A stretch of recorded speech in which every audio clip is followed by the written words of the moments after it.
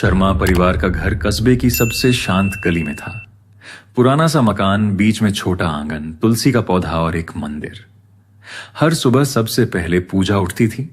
वह तुलसी को पानी देती, मंदिर में दिया जलाती और फिर रसोई में जाकर चूल्हा जलाती। उसके हाथ की चाय में ऐसा अपनापन था कि घर के सब लोग नींद से मुस्कुराते हुए उठते थे। पूजा उस घर की बहू नहीं, उसकी आत्मा थी। ससुर हरिशंकर शर्मा रिटायर मास्टर थे। बहू हो तो पूजा जैसी। सास सरोज देवी पूजा को बेटी की तरह रखती। पति शेखर सीधा साधा आदमी था और उसकी छोटी बहन काव्या कॉलेज में पढ़ती थी, जो अपनी मां से ज्यादा पूजा से जुड़ी थी। काव्या की हर परेशानी पूजा से शुरू होती और पूजा पर ही खत्म होती। एक दिन काव्या रोती हुई आई। भाभी, पेपर खराब हो गया। पूजा ने उसे पास बैठाया। जिंदगी एक पेपर से तय नहीं होती, हिम्मत से तय होती है। काव्या मुस्कुरा दी। घर में प्यार था, लेकिन किस्मत को कुछ और मंजूर था। शेखर की कंपनी बंद हो गई, नौकरी चली गई। कुछ ही महीनों में हालात बदल गए। बिजली का बिल रुका, मोबाइल बंद हुआ, दूध वाला उधार मांगने लगा। पूजा सब देख रही थी। उसने बिना किसी को बताए अपने गहने बेचने शुरू कर दिए। एक दिन काव्या ने रोते हुए सब बता दिया। भाभी, ये कंगन क्यों? पूजा हल्के से मुस्कुरा दी। घर मेरा भी है। काव्या रो पड़ी। इसी बीच व्यापारी रघुवीर मल्होत्रा ने शेखर को बुलाया। उसे सब पता था कि शेखर कर्ज में डूबा हुआ है। मैं तुम्हें बड़ा आदमी बना सकता हूं, लेकिन मेरी बेटी रिया से शादी करनी होगी। शेखर चौंक गया। मैं शादीशुदा हूं, रघुवीर बोला। गरीबी में उसूल नहीं चलते। शेखर टूटे मन से घर लौटा। पूजा ने उसकी आंखों का दर्द पढ़ लिया। शेखर ने सब बता दिया। पूजा देर तक चुप रही, फिर बोली, अगर मेरी वजह से घर डूब रहा है तो दूसरी शादी कर लो। शेखर रो पड़ा। तुम देवी हो। काव्या सब सुन चुकी थी। वह पूजा से लिपट गई। भाभी, हमें छोड़ मत देना। कुछ महीनों बाद मजबूरी में शेखर की दूसरी शादी रिया से हो गई। रिया अमीर घर में पली थी, लेकिन मां बचपन में मर गई थी। पैसा था पर अपनापन नहीं था। जब वह पहली बार शर्मा घर आई तो डर रही थी। पूजा आरती लेकर सामने खड़ी थी। रिया ने धीरे से कहा, दीदी, मैं आपकी जगह लेने नहीं आई। फिर उसने पूजा के पैर छुए। पूजा की आंखें भर आईं। उसी पल पूजा ने समझ लिया कि यह सौतन नहीं, किस्मत का भेजा हुआ रिश्ता है। धीरे धीरे रिया घर में घुलने लगी। वह पूजा से खाना बनाना सीखती, सास ससुर की सेवा करती और मंदिर जाती। एक दिन सब्जी काटते समय उसका हाथ कट गया। पूजा ने फूंक मारी। रिया की आंखें भर आईं। मेरी माँ भी ऐसे ही करती थी। पूजा ने उसे सीने से लगा लिया। काव्या भी रिया से जुड़ गई। दोनों देर रात तक बातें करती, बाजार जाती और हंसती। काव्या मजाक में कहती, भाभी नंबर 2। रिया हंसकर कहती, और मेरी छोटी बहन। लेकिन समाज चुप नहीं बैठता। मोहल्ले में बातें बनने लगीं। 2 बीवियां हैं, रोज लड़ती होंगी। एक दिन किसी ने पूजा को ताना मारा। रिया आगे बढ़ी और बोली, हम बहनें हैं, दुश्मन नहीं। पूजा की आंखें भर आईं। उधर रघुवीर मल्होत्रा चाहता था कि पूजा घर से निकल जाए ताकि रिया पूरी तरह उसकी हो जाए। उसने नौकरानी कमला से अफवाह फैलवाई कि पूजा टोना टोटका करती है। घर में शक पैदा हो गया। सरोज देवी भी डरने लगी। पूजा कुछ नहीं बोली। एक दिन सबके सामने रिया बोली, अगर पूजा गलत है तो मैं भी गलत हूँ, क्योंकि मैंने सब कुछ इन्हीं से सीखा है। घर में सन्नाटा छा गया। कुछ समय बाद पूजा की तबीयत बिगड़ने लगी। चेहरा पीला पड़ गया, बदन कमजोर हो गया। रिया ने जबरदस्ती डॉक्टर को दिखाया। रिपोर्ट आई, कैंसर। रिया की दुनिया हिल गई। पूजा मुस्कुराकर बोली, अब समझ आया भगवान ने तुम्हें क्यों भेजा। घर अस्पताल बन गया। रिया दिन रात पूजा की सेवा करने लगी। दवा देना, खाना खिलाना और रात भर पास बैठना। कई बार पूजा उदास हो जाती। मैं माँ नहीं बन पाई। रिया उसका सिर गोद में रखती। आप मेरी माँ हो। काव्या रोज पूजा को कॉलेज की बातें सुनाती, गीत गाती, ताकि उसका मन लगा रहे। लेकिन बीमारी बढ़ती गई। एक रात पूजा की सांसें तेज हो गईं। सब घबरा गए। पूजा ने रिया का हाथ पकड़ा। शेखर का ख्याल रखना, काव्या को पढ़ाना। रिया रोते हुए बोली, आप सौतन नहीं, मेरी आत्मा हो। पूजा हल्की मुस्कान के साथ चुप हो गई। घर में सन्नाटा छा गया। दिन बीते। दर्द धीरे धीरे सहने लायक बना। रिया ने घर संभाल लिया। हर सुबह पूजा की तस्वीर के आगे दिया जलाती। काव्या कहती, आप सच में ननद से प्यारी सौतन हो। रिया मुस्कुराकर जवाब देती, और पूजा हमारी रूह। साल गुजर गए। काव्या अफसर बन गई। शेखर का कारोबार चल पड़ा। घर फिर से हंसने लगा, लेकिन हर खुशी में पूजा की तस्वीर सामने रहती, क्योंकि रिश्ते नाम से नहीं निभाने से बनते हैं। और कभी कभी सौतन भी बहन से ज्यादा प्यारी हो जाती है। सर्दियों की पहली रात थी। शहर के उस हिस्से में ठंड हमेशा ज्यादा पड़ती थी, जहाँ बड़े बड़े घर तो थे लेकिन दिल छोटे। शर्मा हवेली की दीवारें मोटी थीं, खिड़कियां बंद थीं, हीटर चल रहे थे। फिर भी उस घर में एक औरत ठंड से कांप रही थी। उसका नाम था राधा। राधा ने करवट बदली। पतली सी चादर कंधे से फिसल गई। उसने हाथ बढ़ाकर चादर खींचनी चाही, लेकिन उंगलियां सुन्न थीं। आज ठंड कुछ ज्यादा ही है। उसने कमरे की तरफ देखा। कमरा नहीं, बस एक कोना था जहां उसे सोने की इजाजत मिली थी। उसी घर की दूसरी मंजिल पर एक और औरत थी, अनन्या। मोटे गद्दे, भारी रजाई, हीटर की गर्म हवा। हीटर बंद मत करना, ठंड लगती है। एक ही घर, एक ही रात, लेकिन ठंड ने भी अपना फैसला कर लिया था कि किसे कितना सताना है। 4 बजे सुबह। राधा, मुर्दों की तरह पड़ी रहेगी क्या? उठ, दूध चढ़ा, आटा गूंद। राधा हड़बड़ा कर उठी। पैर जमीन पर पड़े तो जैसे बर्फ में ढस गए हों। जी अम्मा, उठ गई। रसोई में घुसते ही ठंडी हवा ने जैसे थप्पड़ मारा। नल से गिरता पानी सुई की तरह चुभ रहा था। भाभी ऐसे कांपोगी तो हम नाश्ता कैसे करेंगे? अभी बन रहा है। उसी वक्त, मम्मी जी, आज नाश्ता थोड़ा लेट कर दीजिएगा, ठंड में उठने का मन नहीं। कोई बात नहीं बेटा, आराम करो। राधा ने ये सुना, लेकिन कुछ कहा नहीं। उसने आटे में हाथ डाले और ठंड को भी अपने अंदर दबा लिया। दिन चढ़ता गया। अनन्या ड्राइंग रूम में बैठी थी, शॉल ओढ़े गरम चाय के साथ। ठंड लग रही है? थोड़ी, पर आप हो तो ठीक है। राधा उसी समय छत पर कपड़े सुखा रही थी। हवा सीधी बदन में घुस रही थी। माँ, अगर तू होती तो शायद आज मुझे भी शॉल मिलती। शाम होते होते राधा का बदन जलने लगा। ठंड और बुखार एक साथ चढ़ाए। अम्मा, मुझे चक्कर आ रहा है। नाटक मत कर। गरीब घर की औरतें मजबूत होती हैं। उसी शाम। अनन्या को ठंड से बचाइए, जरा सी लापरवाही भारी पड़ सकती है। चिंता मत कीजिए डॉक्टर, हम पूरा ध्यान रख रहे हैं। राधा ने ये सुना और पहली बार उसकी आंखों से आंसू गिर पड़े। रात गहरी हो गई। अनन्या सो चुकी थी। राधा रसोई में बर्तन धो रही थी। पानी बर्फ सा ठंडा। मेरे बच्चे, माँ तुझे माफ कर देना। और तभी उसके हाथ से थाली छूटी। आवाज हुई। राधा जमीन पर गिर पड़ी। अम्मा, राधा उठ नहीं रही। यहीं से इस घर की असली सर्दी शुरू हुई। राधा जब जमीन पर गिरी तो किसी को लगा जैसे कोई बर्तन गिरा हो, लेकिन वो बर्तन नहीं था। वो एक औरत थी जो ठंड, भूख और अपमान से टूट चुकी थी। राधा, आंखें खोलो। उसकी पलकों में कोई हरकत नहीं थी। होंठ नीले पड़ चुके थे। सांस बहुत हल्की थी। अरे ऐसे क्यों नाटक कर रही है? थोड़ा पानी डालो चेहरे पर। अम्मा, ये नाटक नहीं लग रहा। पानी डाला गया, कोई फर्क नहीं पड़ा। तब पहली बार इस घर को डर लगा। मैं गाड़ी निकालता हूँ, इसे अस्पताल ले चलते हैं। ठंडी सड़कें, सुनसान गलियां और गाड़ी के अंदर पीछे की सीट पर एक बेसुध औरत। ठंड, बहुत ठंड। ये शब्द किसी ने नहीं सुने, क्योंकि सबके कान अब अपने डर से भरे थे। इन्हें तुरंत अंदर ले जाइए। स्ट्रेचर पर डालते वक्त राधा का हाथ ढीला होकर नीचे लटक गया। डॉक्टर साहब, ये ठीक तो हो जाएगी ना? पहले ये बताइए, इन्हें ठंड में क्यों रखा गया था? शरीर का तापमान बहुत गिर चुका है। अरे डॉक्टर, ये तो रोज का बहाना बनाती है। ये बहाना नहीं है, ये लापरवाही है। अगर थोड़ी देर और हो जाती तो। डॉक्टर चुप हो गया। बाकी शब्द कमरे में तैरते रह गए। और एक बात, ये प्रेग्नेंट है। कमरे में सन्नाटा, जैसे किसी ने हवा को भी रोक दिया हो। क्या? अम्मा जी, आपको पता था? नहीं, इसने कभी बताया नहीं। किसी ने नहीं पूछा कि राधा ने बताया क्यों नहीं, क्योंकि सब जानते थे बताने का हक उसे कभी मिला ही नहीं। उसी समय शर्मा हवेली में अनन्या अपने कमरे में बैठी थी। डॉक्टर ने कहा था रात में ठंड ज्यादा लगे तो फोन कर देना। हाँ, मैं अभी अस्पताल में हूँ। अस्पताल? क्यों? राधा बेहोश हो गई है। तो मैं क्या करूँ? यहाँ बहुत ठंड लग रही है। एक औरत अस्पताल में जिंदगी से लड़ रही थी और दूसरी अपने हीटर की गर्मी से परेशान थी। घंटे बीतते गए। राधा आईसीयू में थी। बाहर कुर्सियों पर शर्मा परिवार बैठा था। हमसे बहुत बड़ी गलती हो गई। हमने सोचा गरीब है तो सह लेगी। गरीब सच में सह लेती है, लेकिन कब तक? माँ और बच्चा दोनों खतरे से बाहर हैं, लेकिन एक शर्त पर। जो कहिए डॉक्टर, अब अगर इस औरत को ठंड, तनाव और अपमान मिला तो अगली बार हम भी कुछ नहीं कर पाएंगे। ये शब्द सांस के दिल में पहली बार घुसे।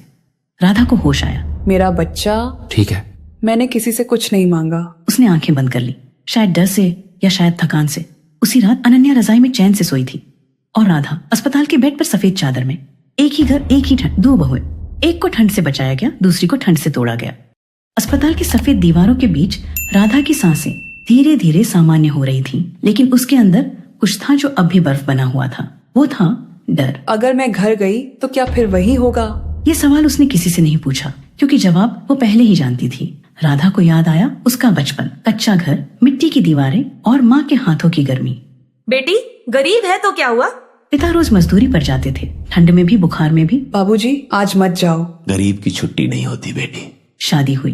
राधा ने सोचा अब शायद जिंदगी बदलेगी, लेकिन घर बदला था, किस्मत नहीं। उधर शर्मा हवेली में राधा की वापसी की तैयारी हो रही थी। इस बार बहू का ध्यान रखना होगा। अम्मा, ये सब कुछ दिन का है ना? ये सवाल हवा में लटक गया। अनन्या भी अस्पताल आई, ऊनी शॉल, महंगे जूते और चेहरे पर अजीब सी परेशानी। राधा कैसी है? जिंदा है, बस। अनन्या ने राधा को देखा, कमजोर, पीली, बिस्तर से बंधी हुई। अगर ये मर जाती तो सब कितना आसान हो जाता। ये ख्याल अनन्या ने खुद से छुपा लिया। राधा घर लौटी, वही दरवाजा, वही दीवारें, वही ठंड। आजा बहू, अब सब ठीक रहेगा। राधा ने चौखट पार की, लेकिन दिल नहीं। पहले दिन राधा को रसोई में नहीं भेजा गया। देखो, अभी ड्रामा चल रहा है। दूसरे दिन हीटर भी चला। ये गर्मी कितने दिन की है? रात हुई। अनन्या अपने कमरे में थी। मुझे हीटर की हवा कम लग रही है। थोड़ा एडजस्ट कर ले बेटी। पहली बार सांस का लहजा बदला। दिन बीतते गए। राधा धीरे धीरे ठीक हो रही थी, लेकिन अनन्या के अंदर कुछ जल रहा था। अब सब इसकी तरफदारी कर रहे हैं। राधा ने सब महसूस किया, लेकिन बोली नहीं। एक शाम राधा को पूरा आराम चाहिए, मानसिक शांति बहुत जरूरी है। हाँ डॉक्टर, अब कोई कमी नहीं होगी। अनन्या ने ये सुना। तो अब सब इसके बच्चे के लिए। एक ही घर में 2 गर्भवती औरतें थीं। एक को हर बात पर सहारा, दूसरी को हर पल डर। अगर मेरा बच्चा इस घर में पैदा हुआ तो क्या उसे भी ठंड सहनी पड़ेगी? ये सोच उसके दिल को कांपने पर मजबूर कर रही थी। और तभी एक रात अम्मा, अनन्या को बहुत दर्द हो रहा है। घर में अफरा तफरी मच गई। गाड़ी निकालो। राधा एक कोने में खड़ी थी, चुप, डरी हुई। अब फिर सब बदल जाएगा। और सच में सब बदलने वाला था। रात अचानक भारी हो गई थी। शर्मा हवेली की हर दीवार किसी अनहोनी की आहट सुन रही थी। अनन्या की चीखें पूरे घर में गूंज रही थीं। मुझे बहुत दर्द हो रहा है, जल्दी करो, मैं सह नहीं पा रही। हे भगवान, गाड़ी निकालो जल्दी। सारा घर हिल गया। नौकर, ननद, ससुर सब इधर उधर भाग रहे थे। और उसी कोने में एक और औरत खड़ी थी, राधा। अब फिर सब उसी के लिए। और मैं। अनन्या को अस्पताल ले जाया गया। राधा भी साथ गई, लेकिन किसी ने उसका हाथ नहीं पकड़ा।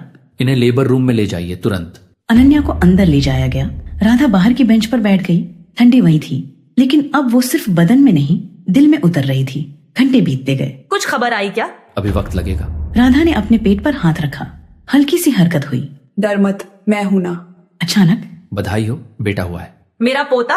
खुशी का शोर था, लेकिन उसी शोर में एक और खबर दब गई। एक बात और है, अनन्या बहुत कमजोर हो गई है, उसे लंबा आराम चाहिए। सबने सिर हिला दिया, जैसे ये कोई नई बात ना हो। हवेली फिर से सज गई। मिठाइयाँ, मेहमान, हंसी। अनन्या को फूलों से सजे कमरे में रखा गया। अब बस आराम करना, सब कुछ हम संभाल लेंगे। और राधा, उसे फिर से रसोई की तरफ इशारा मिला। राधा, मेहमानों के लिए चाय बना दे। राधा ने कुछ नहीं कहा, बस रसोई की तरफ बढ़ गई। रसोई में वही ठंड थी, वही ठंडा पानी, वही अकेलापन। मैं कब तक? उसका बदन कांप रहा था। पेट में हल्का दर्द उठा। अम्मा, मुझे बहुत दर्द हो रहा है। अभी नहीं राधा, घर मेहमानों से भरा है। राधा दीवार का सहारा लेकर खड़ी रही। दर्द बढ़ता गया। मेरा बच्चा। लेकिन किसी ने नहीं सुना। रात गहरी हो गई। राधा अपने कमरे में थी, अकेली। दर्द असहनीय हो चुका था। बचाओ। चीख दीवारों में दब गई। सुबह राधा, दरवाजा खोलो। कोई जवाब नहीं। दरवाजा तोड़ा गया। राधा जमीन पर पड़ी थी, हिल नहीं रही थी। ये क्या हो गया? डॉक्टर बुलाया गया। नब्ज देखी गई। माफ कीजिए, बहुत देर हो चुकी है। राधा चली गई थी अपने बच्चे के साथ, ठंड से नहीं, लापरवाही से। हवेली में मातम छा गया। हमने एक बहू को पोते के लिए पूजा और दूसरी को काम के लिए। मैं कुछ कर सकता था, लेकिन चुप रहा। अनन्या ने दूर से सब देखा। बेटा गोद में था। आज अगर मैं उसकी जगह होती। राधा की अर्थी उठी। ठंड वही थी, लेकिन अब शर्मा हवेली पूरी तरह ठंडी हो चुकी थी। एक ही घर, एक ही ठंड, 2 बहुएं। एक को माँ बनने का हक मिला, दूसरी को मरने का। याद रखिए, जो घर बहू में फर्क करता है वो घर कभी सुखी नहीं रहता। ठंड चली जाती है, लेकिन इंसानियत की कमी कभी नहीं जाती। ठंड उस साल कुछ ज्यादा ही निर्दयी थी। ऐसी ठंड जो सिर्फ शरीर को नहीं, इंसान के हौसले को भी जमा देती है। रात के 3 बजे मेरी नींद खुल गई। पैर सुन्न थे, उंगलियां अकड़ी हुई थीं, रजाई ओढ़ी हुई थी, फिर भी कांप रही थी। मैंने करवट बदली। पास में राकेश सो रहे थे, गहरी नींद में। मैं उन्हें जगा नहीं सकती थी। इस घर में मेरी तकलीफ शोर नहीं कर सकती थी। 4 बजे उठना ही था, क्योंकि सासू माँ की चाय 5 बजे से पहले तैयार न हुई तो पूरा दिन जहर बन जाता। मैं धीरे से उठी। पैर जमीन पर रखे तो लगा जैसे बर्फ पर रख दिए हों। रसोई में गई, चूल्हा जलाया। लकड़ियां गीली थीं, धुआं उठा, आंखों में जलन हुई। मैं खांसने लगी, पर आवाज दबा ली। पीछे से आवाज आई, बहू इतनी देर क्यों लग रही है? मैंने जवाब नहीं दिया, क्योंकि जवाब देने से आग और भड़कती थी। चाय बनाई, कप उठाया, हाथ कांप रहे थे। थोड़ी चाय तश्तरी में गिर गई। अरे राम, एक काम ढंग से नहीं होता। सासू माँ की आवाज तेज थी। मेरे कान गर्म हो गए, दिल बैठ गया। मैंने सिर झुका लिया। राकेश सामने बैठे थे, अखबार पढ़ रहे थे। मैंने उनकी तरफ देखा, उन्होंने नहीं देखा। उस अनदेखी में हर दिन मैं थोड़ा थोड़ा मरती थी। रोटियां बनाते वक्त मेरी उंगलियां जलती थीं, आग की गर्मी से नहीं, अपनेपन की कमी से। सासू माँ बोली, तेज हाथ चला, कोई मेहमान आए हैं क्या? मैं चुप रही। ननद आई, नई स्वेटर पहने, मुस्कुराकर बोली, भाभी मायके में भी ऐसे ही काम करती थीं या यहां आकर सीखा? सब हंस पड़े। मैं भी हंस दी, क्योंकि अगर नहीं हंसती तो रोने का इल्जाम लगता। दोपहर तक ठंड और बढ़ गई। मेरे पास बस एक पुरानी शॉल थी, हवा सीधे अंदर जाती थी। मैं सबके लिए खाना बना रही थी। सब्जी में नमक थोड़ा कम हो गया। सासू माँ ने चम्मच पटकते हुए कहा, गरीब घर की लड़की से और क्या उम्मीद? वो शब्द मेरे भीतर कहीं बैठ गए। मैंने धीरे से राकेश से कहा, आज बहुत ठंड है, अगर थोड़ा दूध। उन्होंने मोबाइल देखते हुए कहा, हर बात में शिकायत मत किया करो। उस पल लगा जैसे मेरे मुंह पर किसी ने कपड़ा रख दिया हो। शाम हुई, सबने खाना खाया। मैं खड़ी रही। माँ जी, मेरी आवाज कांप रही थी। मैं भी। उन्होंने कहा, बर्तन समेट ले पहले। मैंने बर्तन देखे, कुछ नहीं बचा था। मैं रसोई के फर्श पर बैठ गई, पीठ दीवार से लगा ली। पेट खाली था, आंखें भारी थीं, सिर घूमने लगा, सीने में दर्द उठा और फिर सब अंधेरा। जब होश आया तो चारपाई पर थी। डॉक्टर की आवाज आई, लगातार भूख, ठंड और कमजोरी। राकेश की आंखें झुकी हुई थीं। उस रात उन्होंने खुद मुझे खाना खिलाया, कांपते हाथों से। मुझे माफ कर दो, उन्होंने कहा, पर माफी जख्म तुरंत नहीं भरती। अगले दिन उन्होंने सबके सामने कहा, अगर मेरी पत्नी को इज्जत नहीं मिलेगी तो मैं यह घर छोड़ दूंगा। घर में नोटिसिंग सा सन्नाटा छा गया। सब बदला नहीं, पर कुछ दरारें जरूर आईं। दिन बीतते गए, मैं काम करती रही। अब भूखी नहीं रहती थी, पर डर अब भी था। एक दिन सासू माँ बीमार पड़ गई, तेज बुखार, घर में घबराहट। मैं रात भर उनके पास बैठी रही, पानी दिया, दवा दी। सुबह उन्होंने पहली बार कहा, बहू थोड़ा और काढ़ा देना। उनकी आवाज कमजोर थी। कुछ दिन बाद वो ठीक हुई। उन्होंने मुझे शॉल देते हुए कहा, ठंड ज्यादा है। वो छोटा वाक्य मेरे लिए बहुत बड़ा था। कुछ महीनों बाद मैं मां बनने वाली थी। राकेश खुश थे, डरे हुए भी। घर में खबर पहुंची। सासू माँ ने कहा, अब बहू से ज्यादा काम मत करवाना। मैंने उनकी आंखों में देखा, वहां सख्ती नहीं थी। गर्भ के दिन आसान नहीं थे, पर इस बार मैं अकेली नहीं थी। ठंड फिर आई, पर इस बार मेरे लिए अलग कंबल था। बच्ची हुई, एक बेटी। मैंने उसे गोद में लिया तो लगा मेरी सारी ठंड उसकी गर्म सांसों में पिघल गई। सासू माँ ने धीरे से कहा, मेरी पोती है। उनकी आंखें भीगी थीं। आज भी मैं उसी रसोई में जाती हूँ। चूल्हा वही है, दीवारें वही हैं, पर मैं वही नहीं हूं, क्योंकि ठंड में भूखी यादें आदमी को मारती नहीं, मजबूत बनाती हैं। और जो औरत एक बार टूटकर भी खड़ी हो जाए, उसे कोई ठंड फिर कभी जमा नहीं सकती। बेटी के जन्म के बाद घर में एक अजीब सी शांति आ गई थी। शांति जो सुकून की नहीं, बल्कि उस तूफान के बाद की थी जो सबको थका देता है। मैं दिन रात उसी के पास रहती। नींद पूरी नहीं होती थी, कमजोरी अब भी थी, पर दिल में एक गर्माहट थी जो पहले कभी महसूस नहीं हुई थी। राकेश अब हर छोटी बात पर ध्यान देने लगे थे। दवा समय पर, खाना समय पर, और सबसे ज्यादा मेरी चुप्पी पर। एक दिन उन्होंने मुझसे पूछा, तुम इतना कम क्यों बोलती हो सीमा?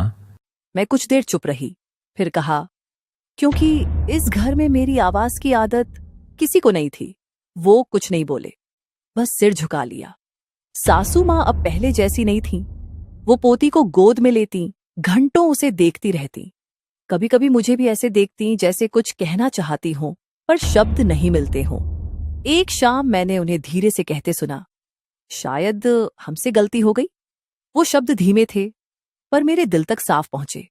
समय बीतने लगा, बेटी बड़ी होने लगी, उसकी हंसी से घर में जान आने लगी। पर समाज कहाँ चुप रहने वाला था।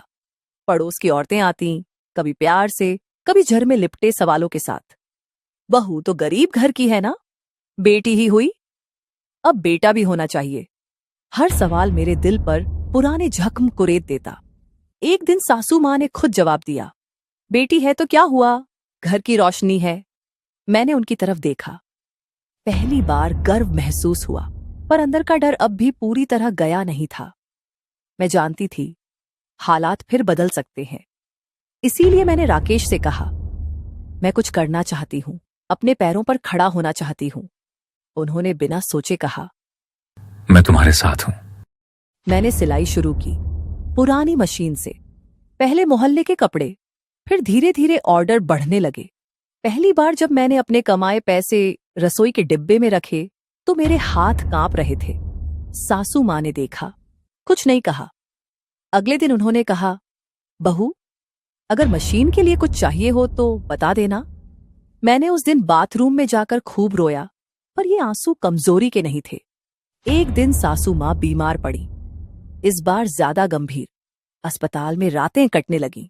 मैं ही उनके पास रहती, दवा पानी सब। एक रात उन्होंने मेरा हाथ पकड़ लिया, बहुत कसकर।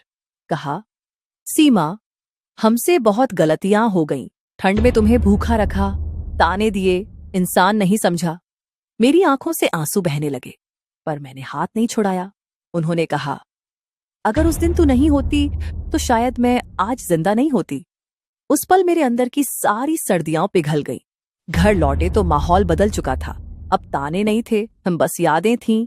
आज भी कभी कभी पुरानी बातें याद आती हैं, ठंडे फर्श, खाली पेट और अनदेखी नजरें। पर अब मैं डरती नहीं हूं। मेरी बेटी जब मुझे देखती है तो मैं जानती हूं कि वो मुझे कमजोर नहीं, मजबूत देख रही है। मैं उसे सिखाती हूं, चुप रहना हमेशा अच्छाई नहीं होती, और बोलना बदतमीजी नहीं होता। सासू माँ अब उसे कहानियां सुनाती हैं। उन कहानियों में अब ताने नहीं होते, सीख होती है। राकेश अब भी मेरे पास बैठते हैं, कभी कभी बस चुपचाप। एक रात उन्होंने कहा, अगर तुम उस दिन नहीं गिरती तो शायद मैं कभी नहीं जागता। मैंने कहा, कुछ गिरना जरूरी होता है ताकि कोई उठ सके। आज जब ठंड आती है तो मुझे वो दिन याद आते हैं। पर अब मेरे पास कंबल भी है, सम्मान भी और अपनी पहचान भी। क्योंकि गरीबी सिर्फ पैसे की नहीं होती, सबसे बड़ी गरीबी होती है इंसान को इंसान न समझना। और जब एक औरत इस गरीबी से बाहर निकल जाए तो उसकी कहानी सिर्फ उसकी नहीं रहती, पीढ़ियों की बन जाती है।